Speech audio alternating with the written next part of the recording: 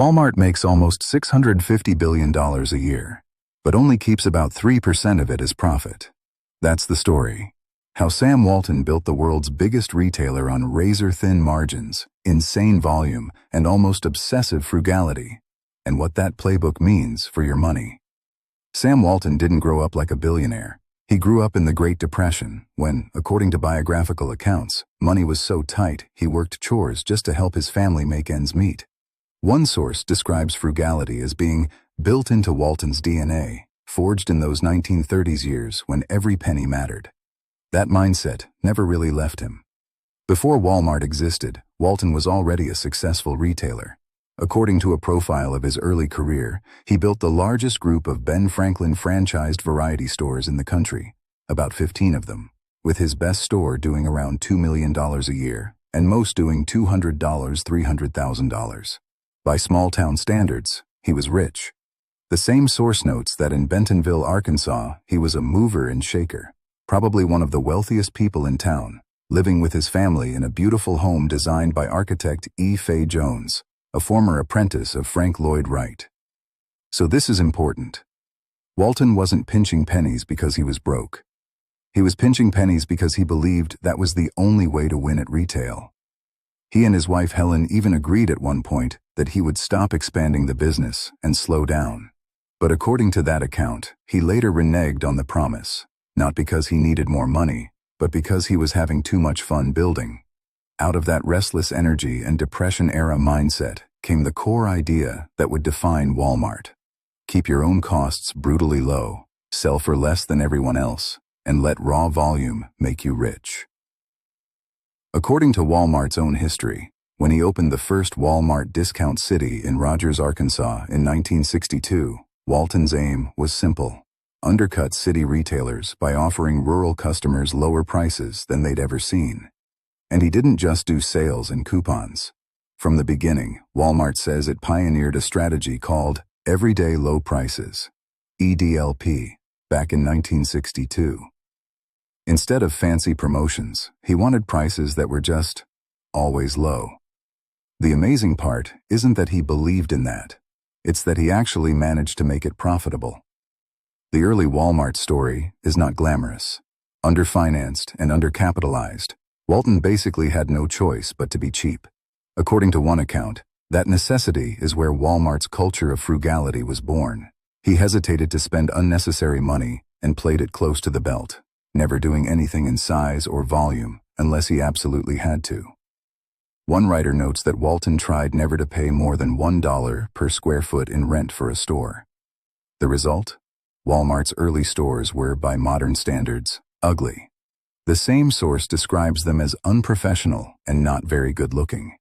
Even the Bentonville headquarters looked shabby. But the customers didn't come for chandeliers. They came for prices. Walton's philosophy, as summarized in a later write-up, was straightforward. Sell the highest quality goods at the lowest possible prices. And low prices weren't just a slogan. They were the #1 operational goal. To make those prices work, everyone in the organization pushed on costs. Family members helped manage inventory, checked in freight, and even literally ran between stores to move unsold product from one location to another. According to that account, profit from one store was immediately reinvested into the next. Even 15 years into this grind, Walton didn't feel they were that big.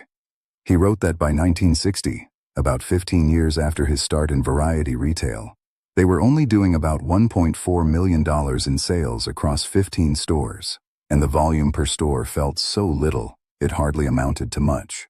But there was a hidden insight forming under all that frustration.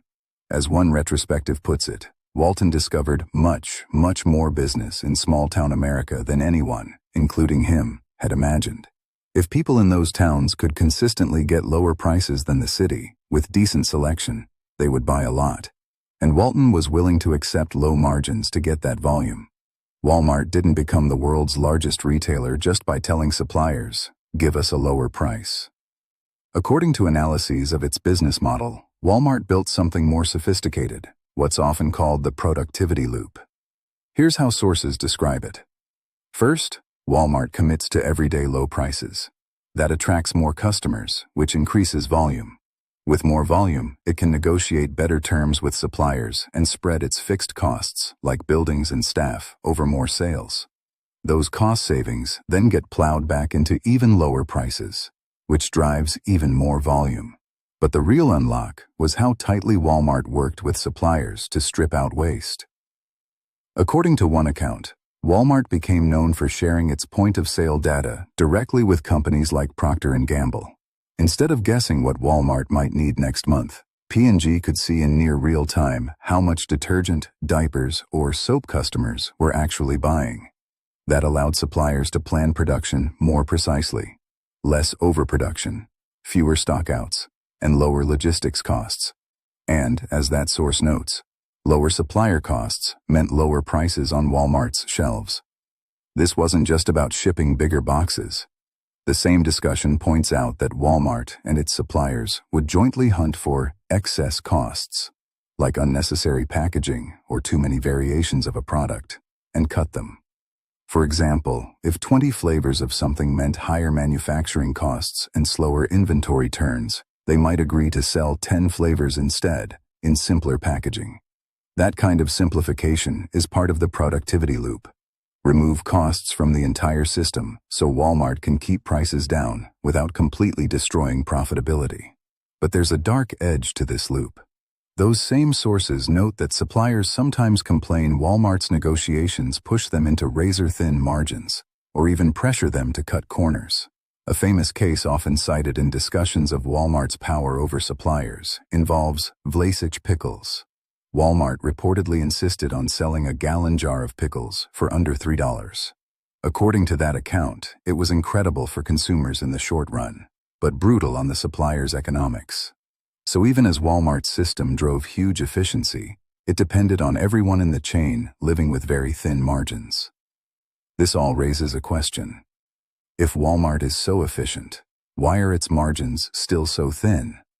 Look at the numbers.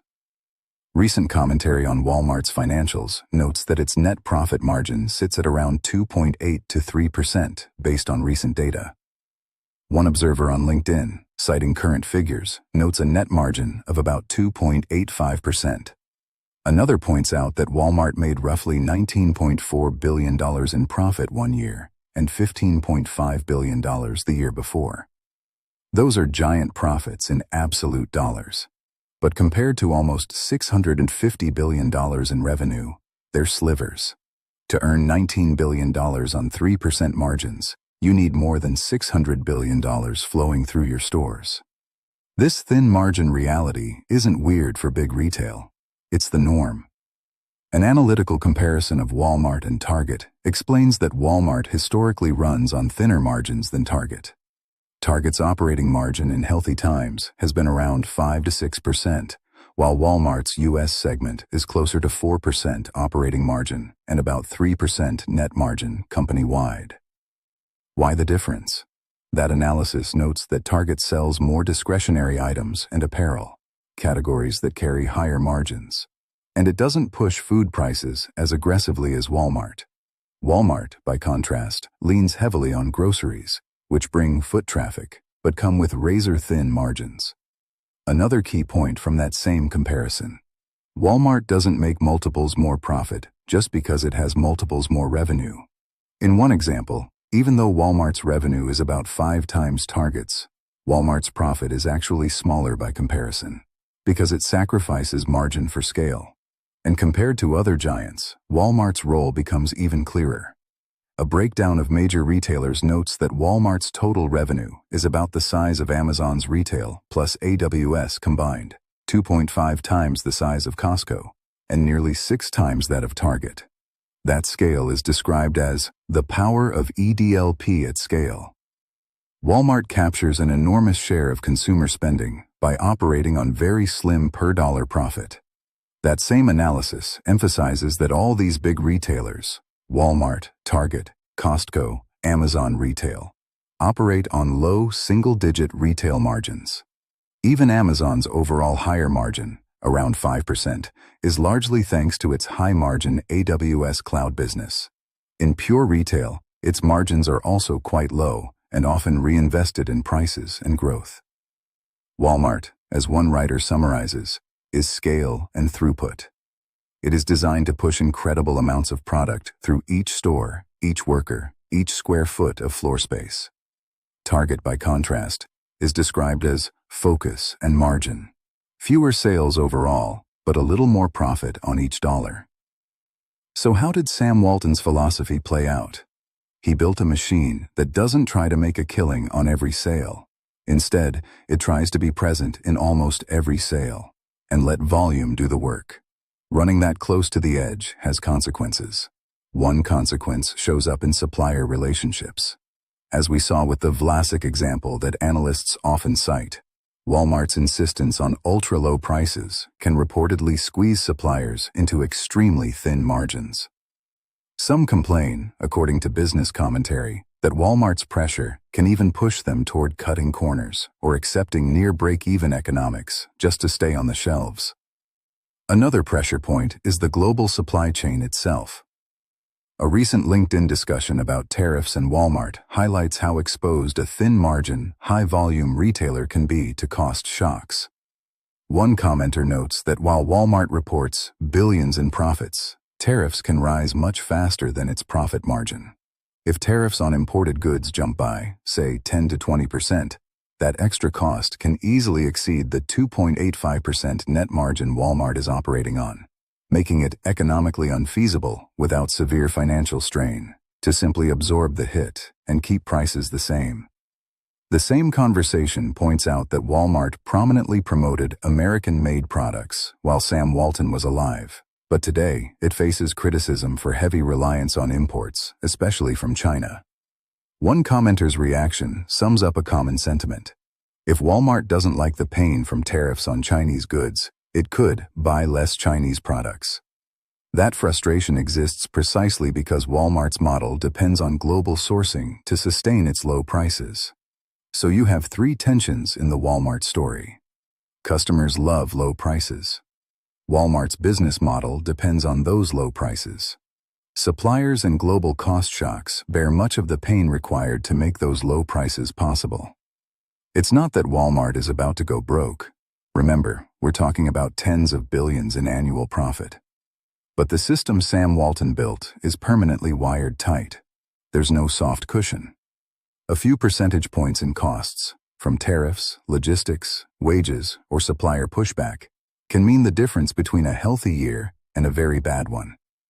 Which brings us to the lesson for your finances. So what can you actually use from Walmart's story? Here's the core lesson. You can get rich with low margins, but only if you are fanatical about costs and absolutely dominant in volume. Everyone else should respect margin. Sam Walton built a culture where every extra expense was suspect. Headquarters could be ugly, stores could be plain. Family members ran inventory between locations. According to accounts of the early years, he reinvested profits from one store directly into the next, instead of extracting cash for himself. In return, he got something very few people ever manage. Scale so massive that 3% was enough to make him and his shareholders incredibly rich. For your own life or business, you probably don't have Walmart's scale. You don't control global supply chains. You can't demand that your suppliers, employers, clients, vendors, accept razor-thin margins on your behalf. So ask yourself 3 questions. 1. Am I trying to be Walmart when I don't have Walmart's volume? If you're constantly underpricing your work, your products, or your time, hoping that volume will save you, remember Walmart's story. The model only survives because the entire system, logistics, data, supplier deals, is tuned around it. Thin margin without that infrastructure is just being underpaid. 2. Where are my productivity loops? Walmart won't just bully on price. According to business analyses, it shares data with suppliers and redesigns products to remove waste. In your world, that might mean improving how you work so you can deliver the same value faster, or cutting features nobody uses so you can charge a fair price for what matters. Don't only negotiate price, redesign the system. 3. Am I being honest about risk? Walmart's thin margins make it vulnerable to tariffs and cost shocks, as recent commentary highlights. If your budget or business runs so tight that a 10% surprise in rent, bills, or costs would wreck you, you're wired like Walmart without its billions.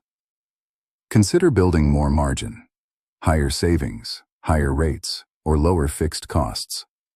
Sam Walton built Walmart by living like every dollar mattered, then unleashing that discipline on a scale the world hadn't seen. Most of us need to flip the lesson. Instead of chasing Walmart-level volume, use his frugality and systems thinking to create room in your life. Higher margins on your time, more savings cushion, and the freedom to say no when a deal only works because you're the one taking the hit. Because unless you're moving hundreds of billions a year, always low prices should be your shopping strategy, not your business model. Sam Walton proved you can get rich earning just a few cents on every dollar, but only if you're ruthless about cutting your own costs and dominant in volume. For everyone else, the smarter move is to use his frugality to raise your personal margins, not to live or do business on Walmart thin ones. If you want more money autopsies on how fortunes are built and lost, hit subscribe. And tell me in the comments, in your own life, are you more Walmart, chasing volume at low margin, or more Target, doing less but earning more on each dollar?